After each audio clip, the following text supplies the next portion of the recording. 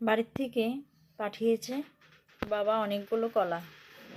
তাই ভাবলাম এতগুলো কলা দিয়ে আর কি করব, তাই কলাগুলোকে এখন বড়া বানাবো। তোমরা কে কে কলার বড়া বানিয়ে খাও জানিও কমেন্টের মাধ্যমে। বন্ধুরা, বাড়ির থেকে অনেকগুলো কলা পাঠিয়েছে, তাই বানাচ্ছি কলার বড়া। এতগুলো কলা দিয়ে আর কি করব, তাই ভাবলাম যে কলাগুলোকে একটু বড়া বানিয়ে নিই, তাহলে সন্ধ্যার চা খাবারেও কিন্তু বেশ জমে যাবে। তাই প্রথমে কলাগুলোকে একটা পাত্রে ছুলে নিচ্ছি। তো বন্ধুরা, সব কলাগুলো দেখো এভাবে ছুলে নিয়েছি একটা পাত্রে। আর এখন এর মধ্যে দিয়ে দেবো পরিমাণ মতো আটা। আটা আছে ঘরে, আটা দিয়েই বানাবো। আটা দেওয়ার আগে কলাগুলোকে ভালো করে চটকে নিতে হবে।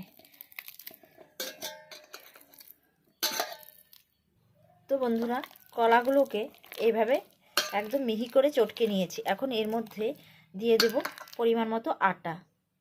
তো দেখো এই যে দিয়ে দিয়েছি আটা। এখন কলার সাথে ভালো করে আটাটা মিশিয়ে নেব বন্ধুরা। আর এখন দেব সামান্য পরিমাণ সুজি। সুজিটা দিলে এই কলার বড়াটা একটু মচমচা হবে। তো বন্ধুরা, আর সামান্য পরিমাণ দিলাম চিনি। যদিও কলাটা প্রচুর মিষ্টি, তবুও ভাবলাম একটু চিনি দিই। তো আর সামান্য আটা অ্যাড করেছি। তো এগুলোকে এখন ভালো করে মেখে বড়া করব, সেভাবে তৈরি করে নিই। দেখো বন্ধুরা, এইভাবে আমি একদম শক্তও না আবার একদম নরম করেও না, মিডিয়াম মতো মেখে নিয়েছি। এখন বানাবো বড়া। এদিকে কড়াই বসিয়ে দিয়েছি আর তেল দিয়ে দিয়েছি। তেলও গরম হয়ে এসেছে। এখন একে একে বড়াগুলো ছেড়ে দেব। এইভাবে করে অল্প অল্প করে নিয়ে আমি তেলের মধ্যে ছেড়ে দেব।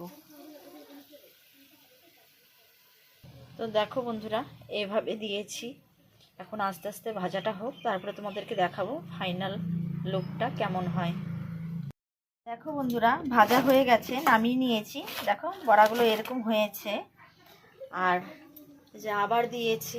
এখন এগুলো ভাজা হতে থাকুক। এইভাবে সমস্ত বড়াগুলোই ভেজে নিব।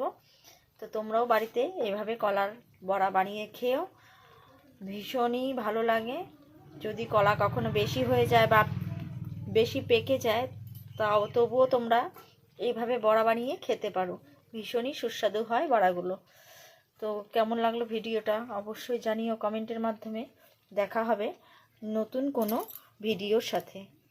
আর ধন্যবাদ দেখার জন্য আমার ভিডিওটা।